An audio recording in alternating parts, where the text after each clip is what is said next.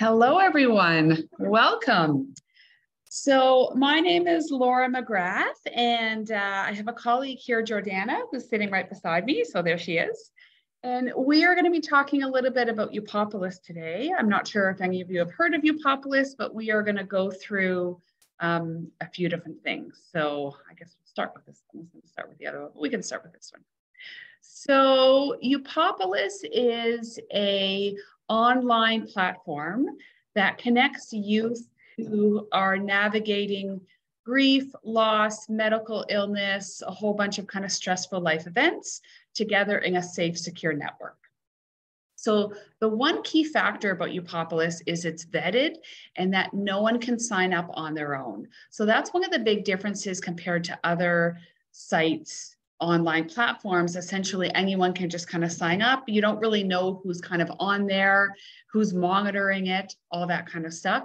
Upopolis is a little bit different, that it's monitored by child life specialists. And there's actually 6 of us that work kind of all across Canada, which means we can cover kind of a wide range of, you know, if kids are posting late at night or early in the morning, there's kind of wide range. So a few things about Upopolis. So I'm going to share how Upopolis was developed, kind of the story behind it, because it's a very interesting story. Go through the team, go through some of our, the platform, programming, how to make referrals, some of the context we have and things like that.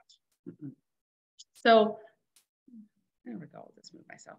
So the history of Upopolis is there was a teenager probably in hospital about 20 years ago. So granted, technology was very different 20 years ago. I respect that. But she felt very isolated. She was in hospital for a long time. She felt very isolated and needed a way, really wanted a way to connect with others. So they developed, so her dad became involved and they developed this organization called Kids Health Link Foundation, started with Upopolis. And it was a way that they could connect kids all across Canada online virtually with each other. So old days of Upopolis, they would hand out laptops. And those laptops were able to, again, we're talking 20 years ago, those laptops were able to connect to this platform called Upopolis.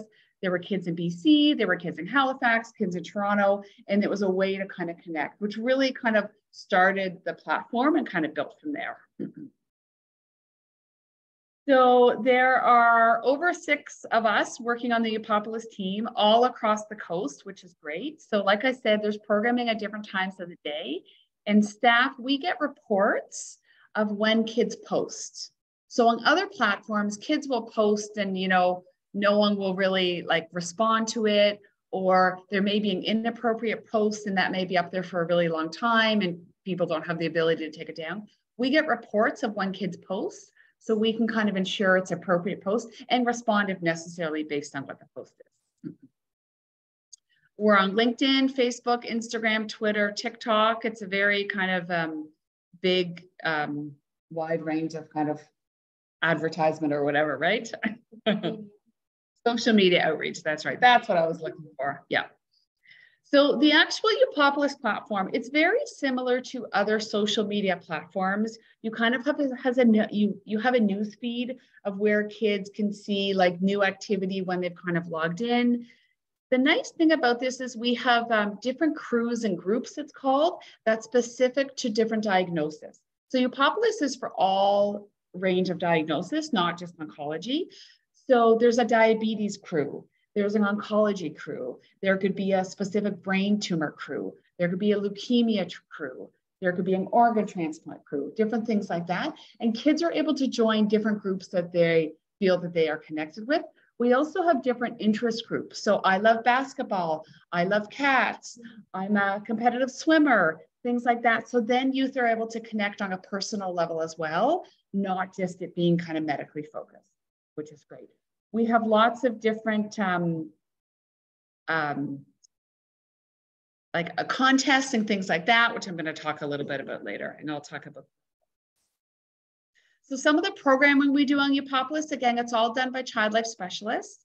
There's virtual U-Meet activities. So there's Zooms where youth are able to log in and kind of meet with each other and say, hey, my name's Johnny. I, am 12 years old and have diabetes from Vancouver. And hi, my name's Lucy and I'm 16 and I have cancer and live in Ontario. And, you know, it's just kind of a neat way to connect. There's lots of different projects, workshops, challenges, things like that, just to really kind of keep them engaged, which is kind of nice. So it's not just information. There's a way to get them empowered and kind of engaged and integrated into the platform a little bit more. And some of these workshops are really, it's really an opportunity to express feelings, talk about different coping strategies, you know, and really kind of process their experiences as well.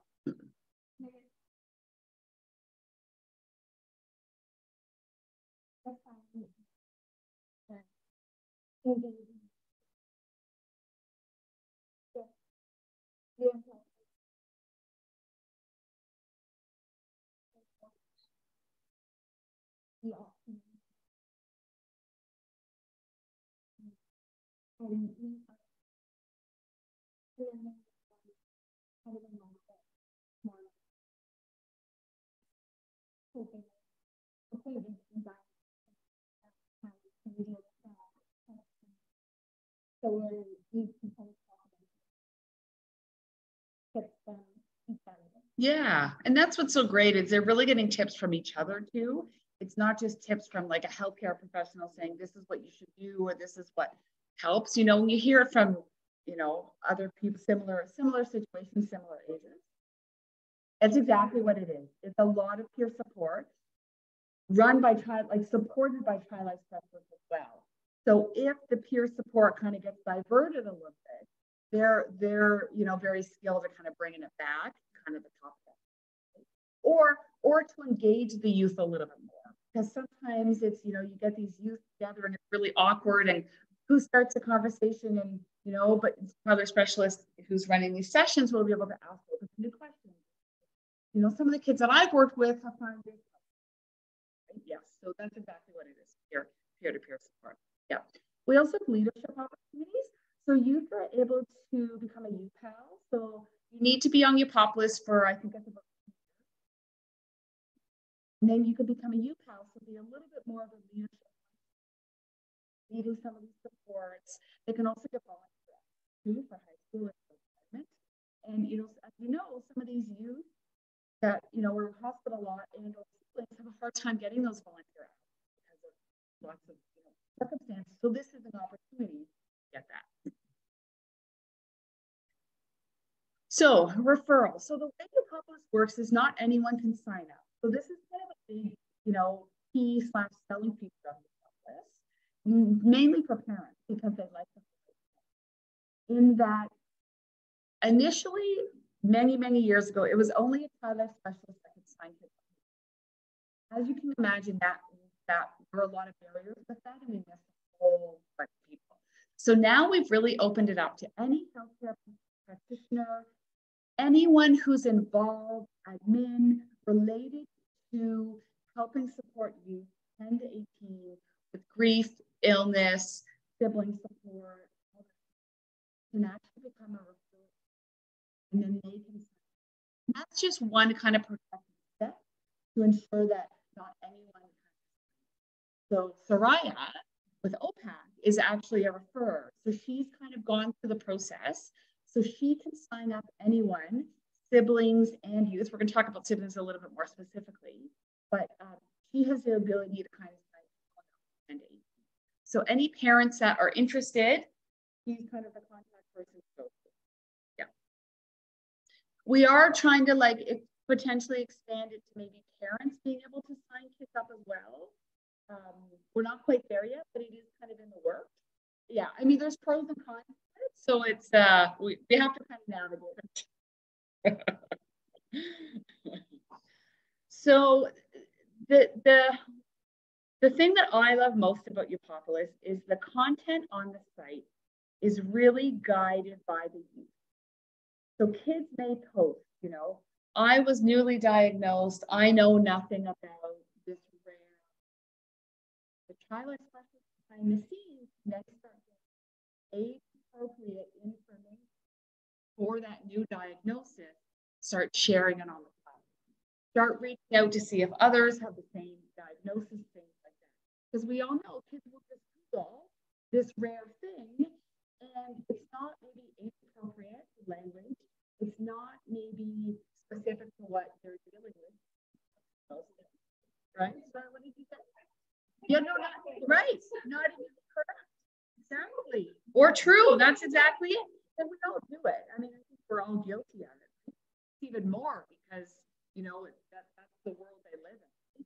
So this is kind of a safe place that we can really work with them. And yeah, so the team kind of is behind the scenes doing some work. But we do really target our programming based on what the needs are. It's kind of nice because it kind of fluctuates. Right? Like it may be a little bit more geared towards diagnosis. It may be geared a little bit more towards navigating, transitioning into adult care. It may be geared a little bit more towards, you know, transitioning back to school after, you know, traumatic event, kind of something. So it is kind of nice when kids post and, you know, share their struggles that we can kind of program appropriately. Yeah. Mm-hmm. We also have a blog and a podcast. So if you're interested in looking up that, you can lots of great information on the blog. It's on the Upopolis website, so upopolis.com. Tia, our person, she puts really, really good information. A lot for parents as well, but really, really, right? Have you taken a look at it? There's really great information. Yeah. Tips and things you can just kind of grab and go. And we just started a podcast as well. And, you know, some youth have been out well, sharing their experience with the Upopolis platform. You can kind of hear firsthand, but also childless. Yeah. We have an email campaign now, you know, again, you can go and sign up.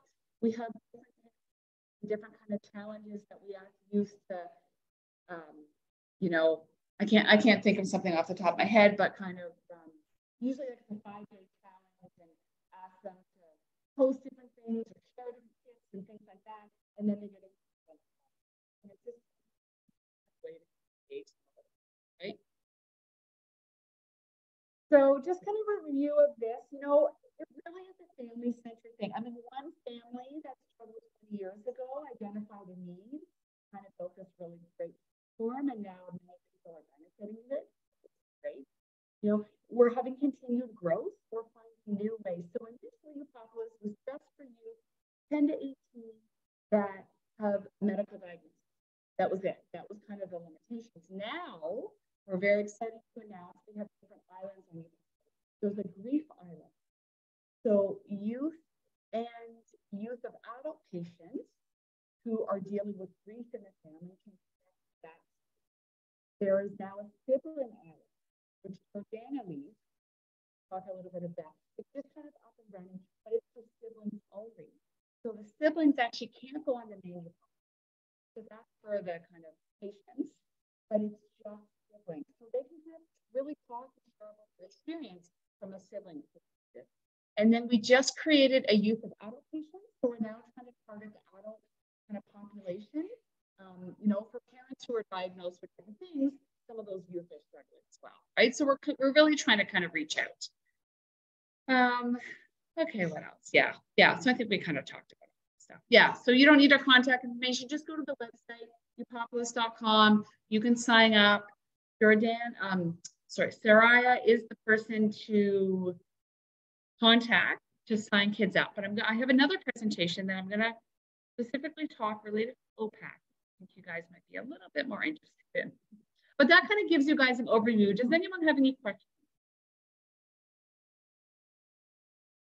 Thoughts, concerns, comments? It's a great resource someone shared. Well, thank you for that. Yes.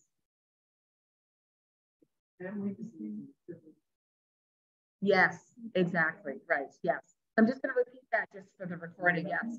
So someone just shared that, you know, it's really nice to see that there's a kind of sibling, a separate sibling, just for siblings. And we have purposely kept it separate because they're, you know, as this person said, it's a family disease and it affects the whole family. And everyone's affected in this way. So we cater our support based on what people's needs are. The sibling needs are very different. and we want to kind of be aware of that. Okay, so specifically, OPAC, sibling support in Upopolis. Here we go. So we're going to talk specifically about the impacts of illness on siblings, some common questions and concerns, some developmental concerns. We're going to go through all ages, and tips to support siblings, really our story about Upopolis and specifically about the sibling island. So you guys know this, when a child is diagnosed with cancer, the whole family is affected, and in many different ways. I know lots of you have kind of felt that. So some of the challenges for siblings. So, the biggest thing is it's really a change in typical routines. Normally, mom drops me off at daycare at 8 o'clock, and now mom's not here because she's with Johnny at the hospital, Even though we've prepared the sibling for that, that's still a disruptive in their routine. Separation from family, obviously, and not just appointments, but, going out to get prescriptions, and, there's lots of kind of variables around that as well. Siblings sometimes have a fear and misconception about their siblings' illness and hospitalization. And this is just a normal development. It's not necessarily specific to kind of OPAC or, oncology diagnosis, but we see this as child life specialists. And they've read stories, they've watched TV shows, they've, whole bunch of things. The hospital sometimes isn't a great place, sometimes it's a scary place. That's what Paul said. All the things. So we really kind of help, and parents as well can help with those misconceptions. They obviously get reduced attention from caregivers, and it's a hard thing for them to express, but they do have a difficulty relating to their friends at school. Because all of a sudden, their brother and sister is not at home and they're at the hospital, and people are maybe questioning what's going on with Johnny, and why aren't your parents around, and things like that, right? So some of the feelings that siblings feel is guilt that they're not the sick sibling. They're feeling anxious that they may be. So this is kind of a really big one. Did they cause it? Did they clear it? Yeah, did they create it type thing? They're feeling jealous because all of a sudden their sibling's getting a lot more attention than they are. And it's a hard thing for them to articulate, but this is one thing that they may be feeling. They're worried, did they actually cause this? Sometimes, especially with the younger, developmentally preschoolers, if they were being bad, cause this illness. Oh, that's a normal development for kids, and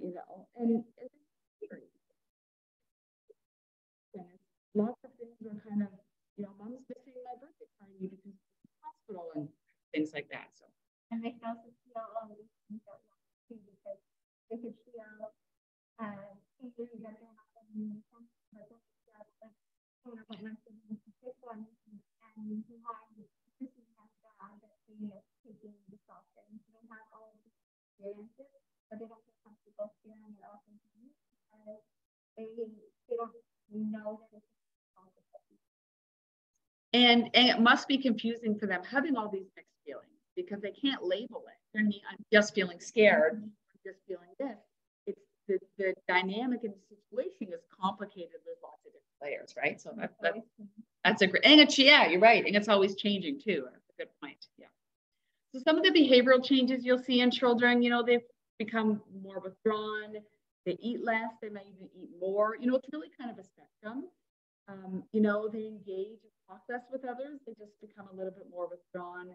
They could kind of do the opposite and act out, really get more attention.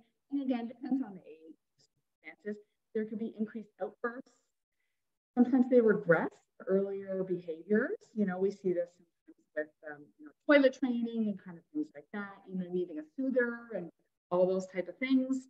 And then there's challenges at school, because there's more stress at home and more stress in their life that it kind of comes out in school a little bit. So we're going to go through different kind of developmental concerns and tips as well. Do you want to talk about this? Or sure. So it really varies based on the age. And so again, this is specific for the siblings. So infants, so that's 0 to 1 years old, they can have challenges with the separation. So for this age, it's really important to have that consistent person to bond with, and usually that's a parent or caregiver. And so separation from that caregiver can actually make them lose trust. And so even as young as a 6-month-old can notice these changes. Also, they might have lack of stimulation and routine because of the parents not being there as consistently. So with these kids, you can see increased fussiness and changes in their eating and sleeping behaviors. So some tips would be to be consistent with the caregivers, whether that's having somebody else consistent, a friend or a family member there for that infant, and really trying to maintain routines as much as possible. For toddlers, so 1 to 3 years old, they also struggle with the separation. And because they can't verbalize and ask questions, they tend to be very confused. They're also impacted by the loss of routine, that the lack of consistency in the changes. So for these kids, you may see regression, like we talked about, in those developmental milestones, uncooperative, increased temper tantrums, so more so than usual, and even aggression. So some tips would be to give some, it's so important, even for kids as young as 1, 2, and 3, to talk about the illness and to have that space. So give simple explanations using words that they know. They may need to be repeated multiple times though for this age, because they can't really grasp it or hold on to it. So repeating it over and over again. And they may ask the same question over and over again. Again, maintaining routines and limits as much as possible, and really encouraging choice and independence when it's allowed and when possible. For preschool age kids, so this is 3 to 6 years old, they struggle with the separation and the confusion. Again, they can't fully understand the sibling's illness, but it's really important to sit down and have conversations with them and explain it to them. For kids, especially in this developmental age range, they actually believe that they caused the illness, and they can feel that sense of guilt, or they fear that they can catch their sibling's illness. So in this case, if it's cancer, they actually feel like maybe being around their sibling, they're going to get sick too. So really having these conversations and talking about these misconceptions is so important. Again, with reactions, you could see regression and acting out, aggression, or they can become really clingy and fear being away from a parent or their sibling. So it's important to give simple explanations, reassure them that it's not their fault, encourage them to ask questions and ask them what they want to know, ask them what they know to begin with, and then take their lead. And then you can kind of address where the misconceptions are, and try and maintain routines and really designate time to spend with that other child or other children as well. So if you're taking your kids to appointments a lot, they might get jealous that they're not going. So going to even, okay, we're going to go here instead because I'm taking Johnny to his appointment. Even though it's not something fun that Johnny has to go to his appointment at the hospital, the kid can't grasp that or understand that. So really designating time to spend with them. For school-age children, 6 to 13, they really worry about their sibling, and they start to understand more. So they worry about losing them, and maybe they think they're going to die even if they're not. So having these conversations is really important, and talking about what the state of their illness is. They actually might begin to resent their sibling because of the change in routine and the effects it's having on their life. So now they might not be able to go to their soccer or their dance or swimming. And so they might get mad at their sibling or their parent. They get jealous of the attention the sibling's receiving. They could also become embarrassed. If there's changes in the home dynamics, they might not want to have friends over after school, or because of they're different than their friends at school. So they become withdrawn or clingy, or they actually deny what's happening and start acting out uncooperative. So really try to give the other children in this age range choice and give them control as much as possible, because they're having this taken away from them a lot of the time. A lot out of their control, so giving them control when possible is really important. Encouraging questions and just giving explanations, maintaining routines, and trying to figure out ways that they can keep doing their scheduled events. designating time to spend with them, and really acknowledging and supporting their feelings, any and all feelings that they're having. You may look at anger or the embarrassment as something negative, but really just validating that it's okay to feel like all of these different feelings is really important. And then adolescents, so the 13 to 18 years old. So they really are affected by the separation from their family and peers. They really fear that the identity loss. So by this age, they really have a way that they've defined the family, and this is now changing because of a cancer diagnosis or a diagnosis in the family. So they really are affected by this.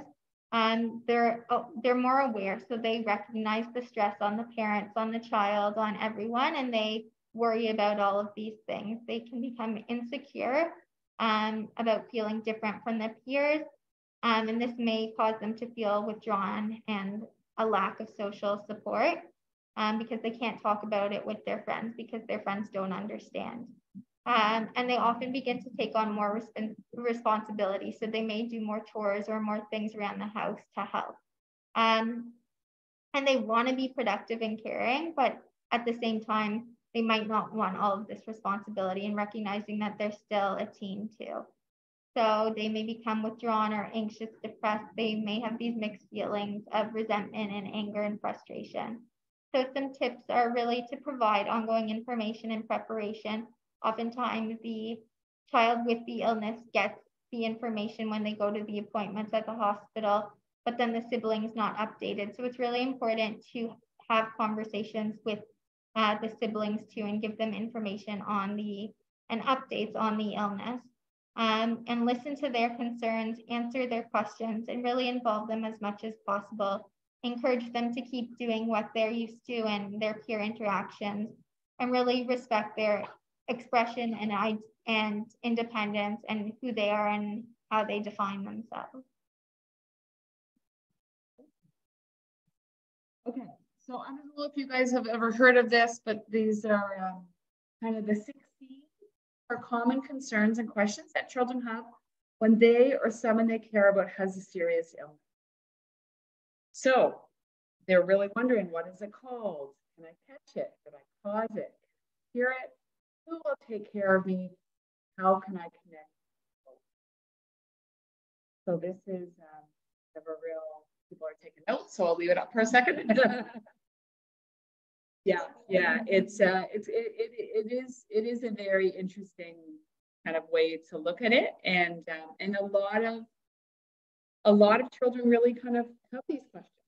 You know, and it all makes sense too when you think from a developmental standpoint as well for kids. You know, they're trying to figure it all out and navigate.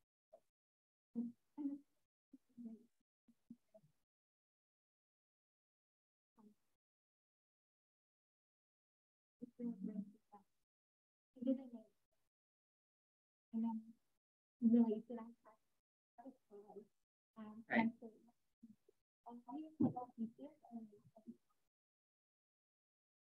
Yeah. And you know, help guide the conversation with these questions, and help, you know, any misconceptions that the child has as well is a good opportunity kind of with these questions. So yeah. So yeah, we just kind of put this up just because, you know, like just validating kids' feelings, and it's okay to have these feelings, and it's okay to feel, but we need to find ways to kind of help support you.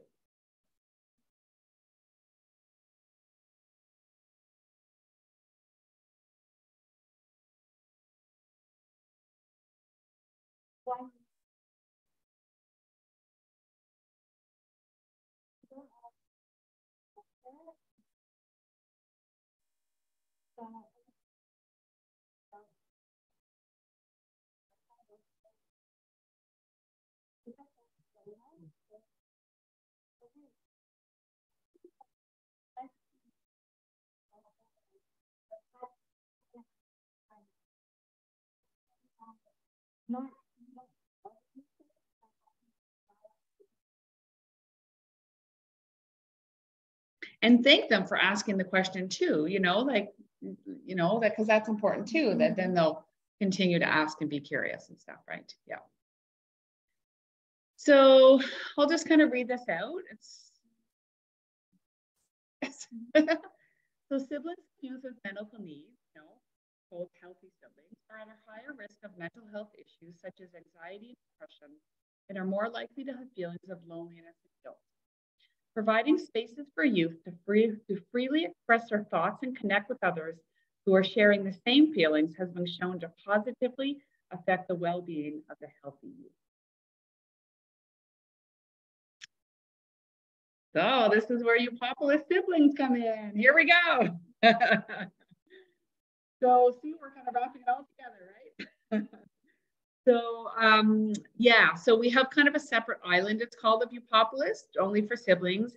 And it's really for youth ages 10 to 18 who have a brother or sister with a chronic or critical illness, medical condition, or a disability.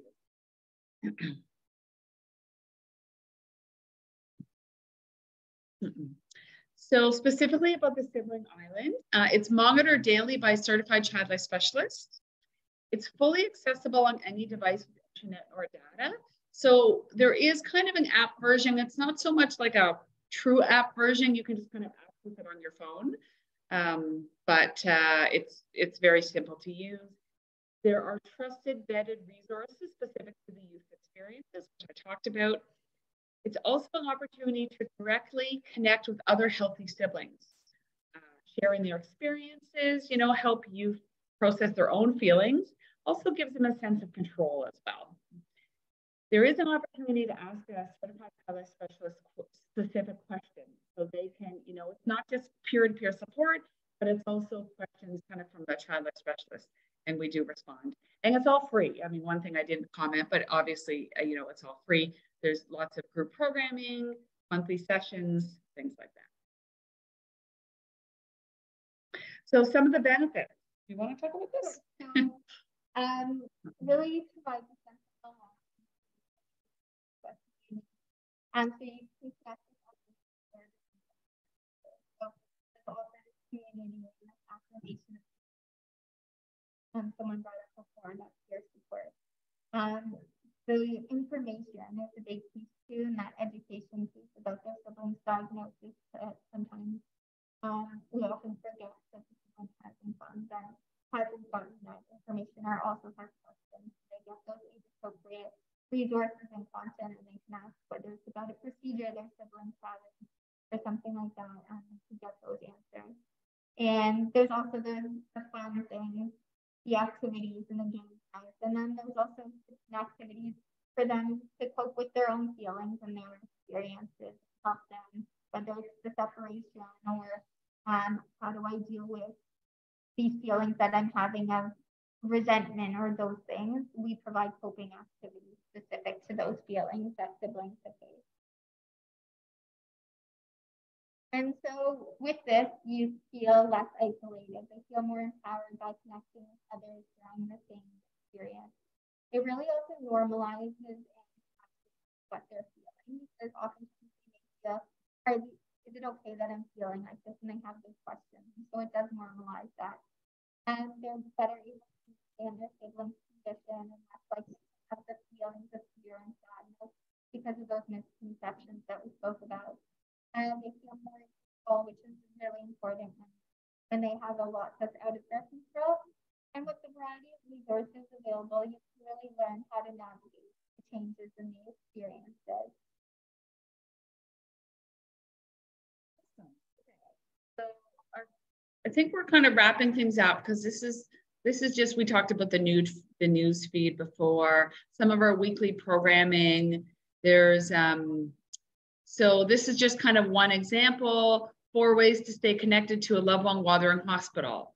So we'll give examples. You know, you can schedule video calls, you can watch a party, you could watch a TV show together, you know, you could create video diaries and keep each other updated, you know, online game sharing, things like that. So these are some of the things that are posted on the platform for youth to get kind of ideas about, you know. And these are just, so, you know, if a sibling says, I'm a sibling and sometimes my plans get changed and I hate it, some of those, responses are, you may be wishing things could be normal again. Remember, it's completely normal to feel this way, or annoyed, sad, angry, mad, or frustrated. There's a few different other examples too.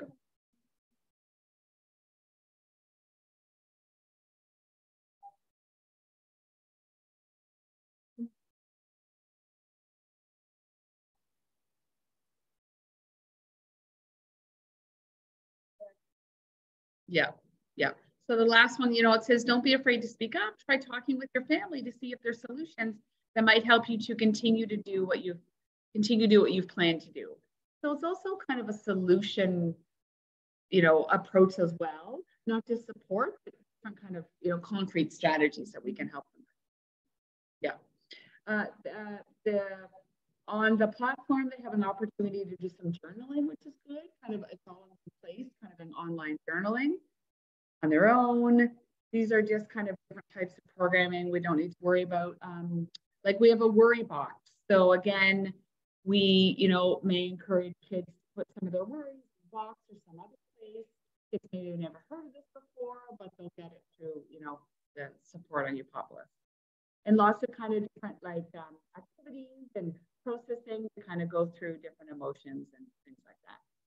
So this is another thing that we posted, connection to Texos, different ways to connect, create some art to help decorate their room, or write them a letter, and pick a book that you can both read at different times, pick a movie that you can watch at different times, kind of different things like that. So all these things are posted on the platform for kids to kind of have an opportunity to connect with. Yeah, we have games night, which is kind of fun. So, siblings and on the sibling platform, and the Upopolis will be able to connect that way. There's a chat feature as well.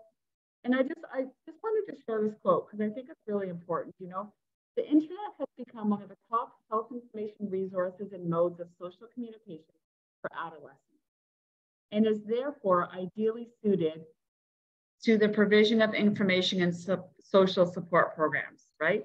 This is why online communities are so important, because people are accessing them anyways.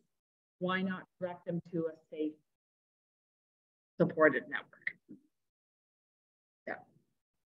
So this is a quote of someone on Upopolis: "I feel a sense of family on Upopolis. Everyone understands what I've been through, and it's really special to me. We all share connections about really personal topics, which felt isolating until now." So, it's just kind of nice to hear that from, Yeah, it is nice, yeah.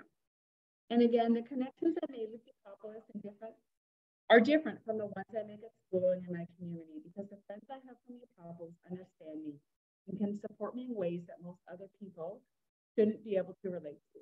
I've definitely made lifelong friends. That was beautiful, right? It really is, it really is. So, yeah, so that's it. Any questions, comments, concerns, anything? It's a lot of information. I'm sorry if I bored you. I think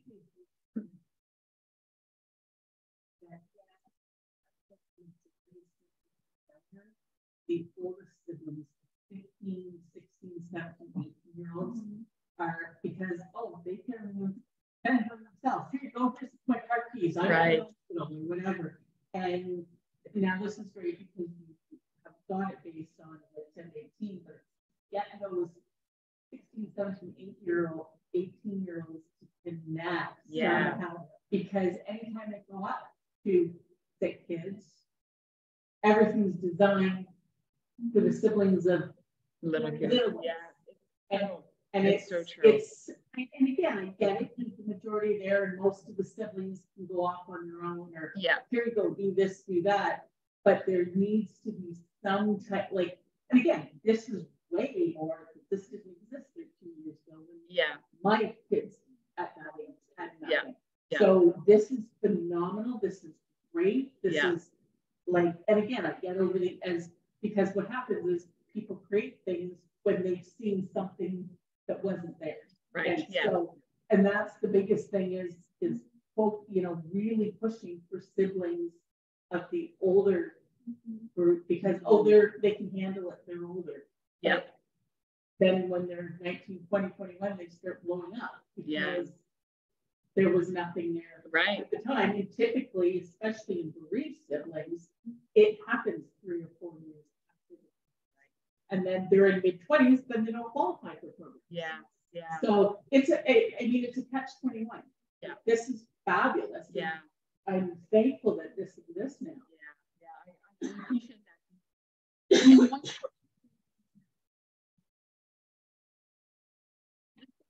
It's fairly new. We're just so there's not but we're hoping and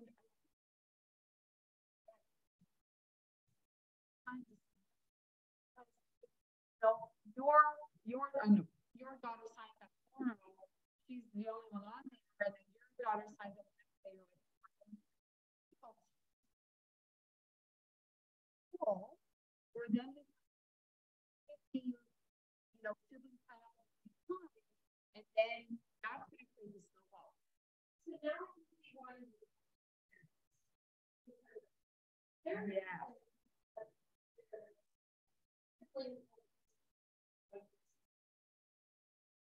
yeah.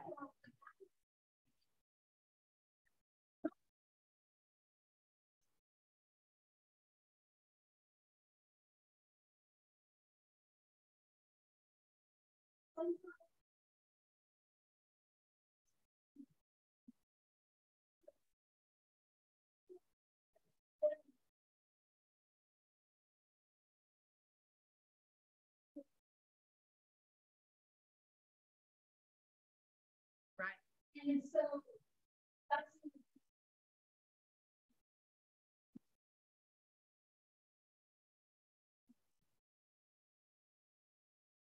yeah.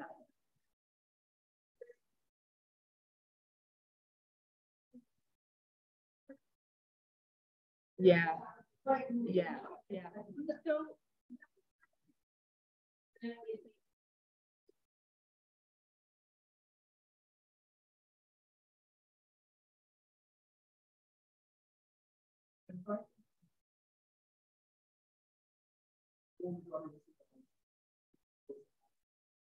This did not happen to her ever. And there was sibling support with psychology that was going to be initiated with the psychologist at that time. And there were little notices about it. Of course, my older daughter was in Texas. My younger daughter was there with me. She saw the sign. She was about 11 at that point. Saw the sign, and we took home a flyer for the 14-year-old who immediately wanted that opportunity. We had something special for her. Yeah. And so she initiated the enrollment herself. So having it out there something, get the parents to be able to accept those. Yeah. They may not be more involved in any way, shape, or form. But and that person, they're not all, they may be older or younger or whatever, but they may be any different age.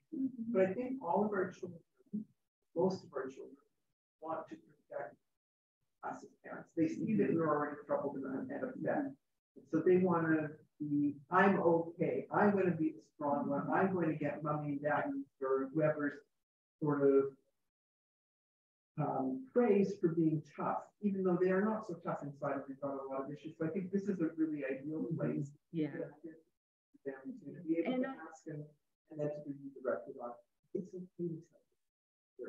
I don't know, they probably are. Yeah. But I do parents they should have an because it's we trust parents. Jamie, not a parent's gonna be signing random kids up just because. In my mind, a parent is a reluctant force to be a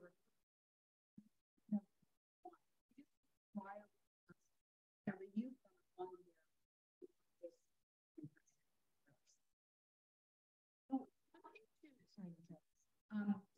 is so a couple things with the problem is so it's almost like let's also and then they want to do you know what I mean?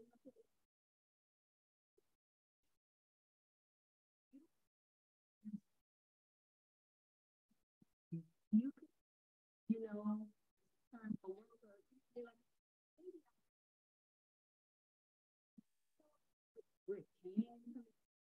still getting a lot of support. So that's two.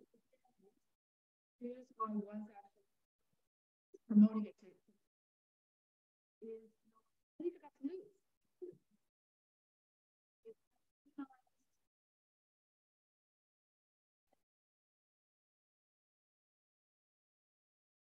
Or I'm kind of figuring out. You feel like yeah, 3 months like that.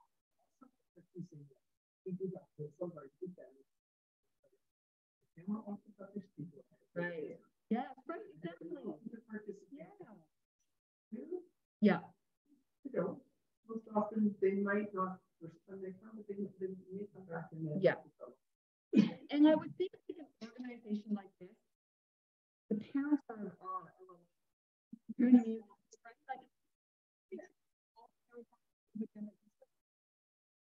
I would trust that parents would be an okay. Yeah, right. If she can do that.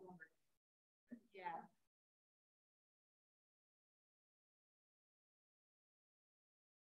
Yeah, yeah.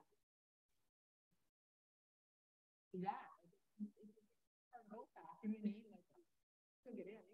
I think that they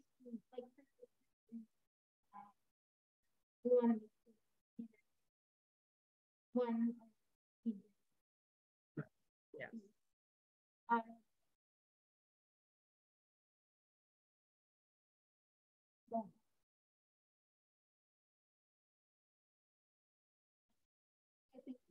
think really, it could be the sibling themselves.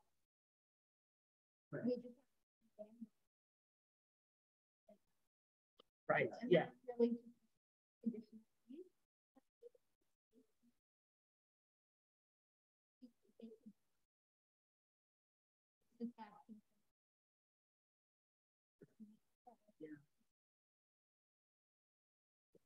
Yeah.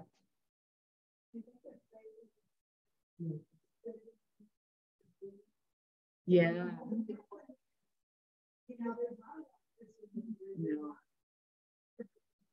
Yeah. Yeah. And the grief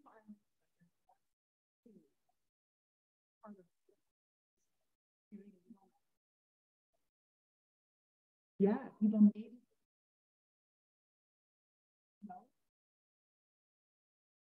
And it's 10 to 18, yeah.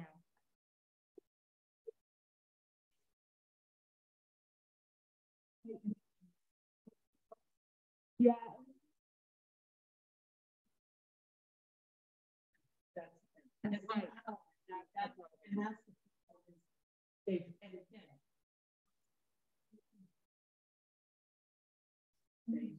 But they don't get it because this is now turns out right.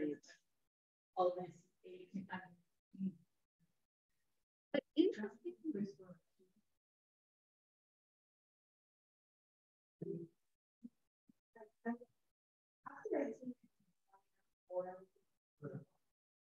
But if they wanted to play a safe space for siblings to talk to one another, is there something we could be putting together for that older group?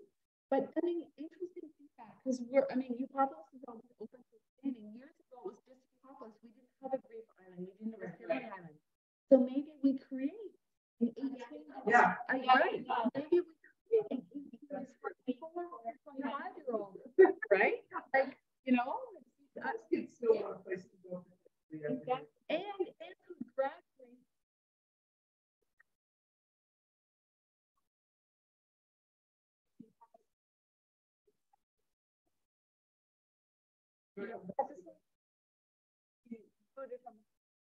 Yes.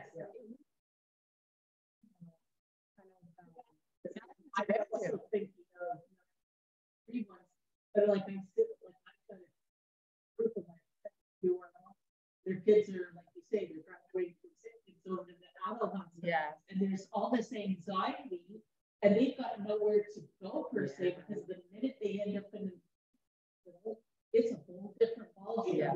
Yeah. And I already Yeah. So yeah. Great idea, actually. Yeah. Yeah. Yeah. No, I know. I'm gonna bring that.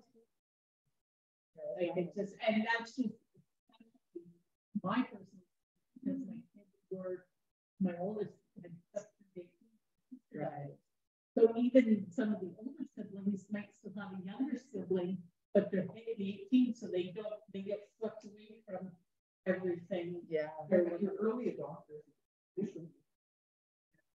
Right. Well into there, yeah. It is. Yeah. Yeah. Yeah. Yeah. Yes. Yeah. No, it's great. Yeah. Yeah. It's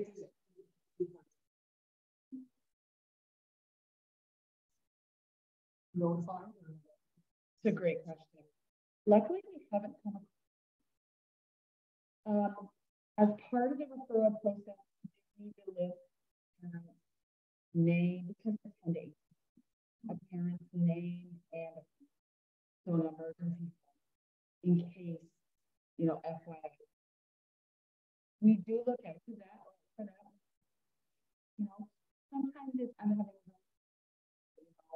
maybe I'm but no real kind of anything. So we would kind of be very quick to encourage them to make sure have some wine in your we haven't said that from across kind of the table, but I think we're prepared for it if it does. I think that's a great question. And so because they're minors, you're there, you can go back to the parent and it's not breaking a confidentiality. Yeah. Is that because nowadays there's something whatever.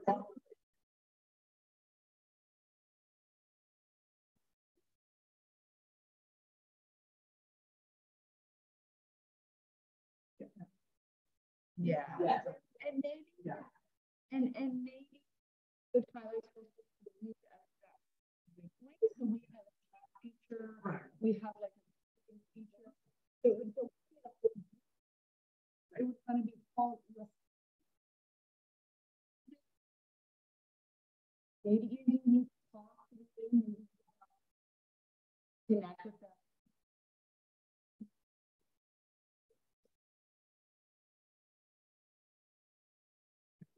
That's exactly it. That, and because, there's other supposed to works in health facts, and so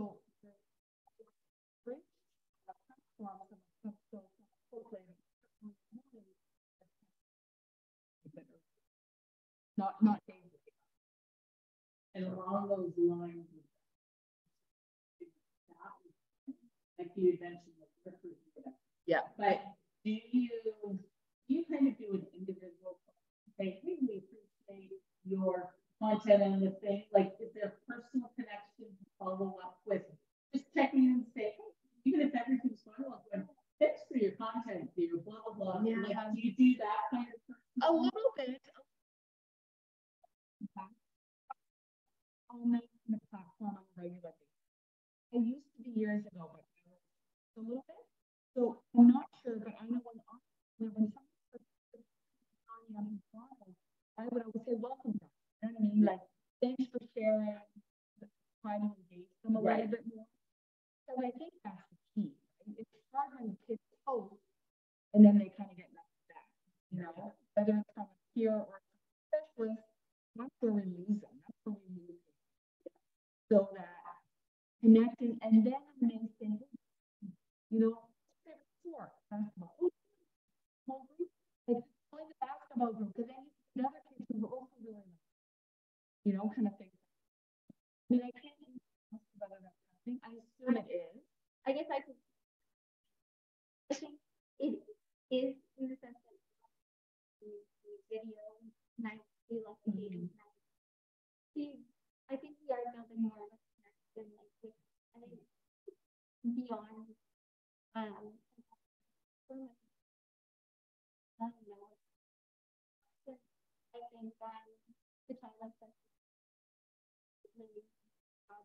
building that. Following that whole peer competition. Mm-hmm. It could use that in a life where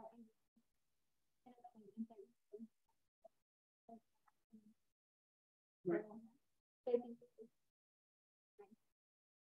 shows them that they're really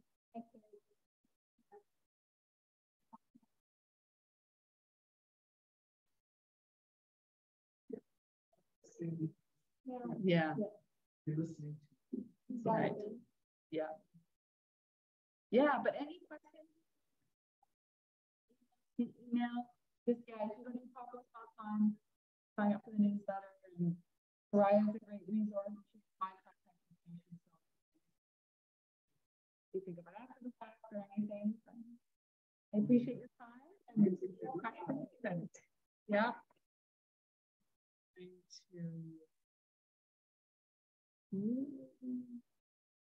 see how I'm doing. Stop in a second. And yeah, I think just